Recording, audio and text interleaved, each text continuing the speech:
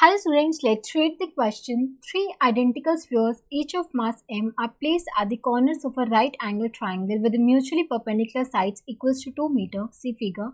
Taking the points of an intersection of the two mutually perpendicular sides as the origin, find the position vector of the center of mass. So question में हम जैसा कि देख सकते हैं कि तीन आइडेंटिकल स्फीयर्स हैं जिनका मास हमें m दे रखे हैं. हमने कॉर्नर्स भी रखे हुए हैं ऑफ राइट एंगल ट्राइंगल. ये एक राइट एंगल ट्राइंगल बन रहा है और इसके तीन कॉर्नर्स पे हमने ये तीन मासेस रखे हुए हैं. ठीक है. अब ये दो परपेंडिकुलर साइड्स हैं, इनके इंटरसेक्शन को हमने ओरिजिन माना हुआ. ये हमारा ओरिजिन है. ठीक है. इसका कोऑर्डिनेट क्या हो जाएगा 0,0. ये कोऑर्डिनेट क्या हो जाएगा 2,0 और ये हो जाएगा 0,2. हमें पोजीशन वेक्टर निकालना है सेंटर ऑफ मास का, तो हम कोऑर्डिनेट्स मान लेते हैं. सेंटर ऑफ मास के क्या है x, y. ठीक है. तो पोजीशन वेक्टर क्या हो जाएगा उसका x i cap plus y j cap. तो x कोऑर्डिनेट सेंटर ऑफ मास का कैसे आएगा m1 x1 plus m2 x2 plus m3 x3 divide by m1 plus m2 plus m3. m1 की वैल्यू m है, इसको हम 1 बोल देते हैं, इसको 2 बोल देते हैं, इसको 3. ठीक है. ये फर्स्ट पोजीशन में जो m1 रखा हुआ है इसका मास m है और x कोऑर्डिनेट उसका 0 है.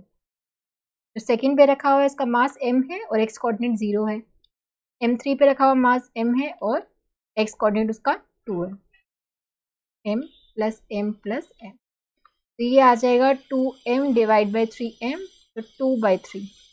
ठीक है. सिमिलरली y कोऑर्डिनेट हम निकालेंगे तो m1 y1 plus m2 y2 plus m3 y3 divide by m1 plus m2 plus m3.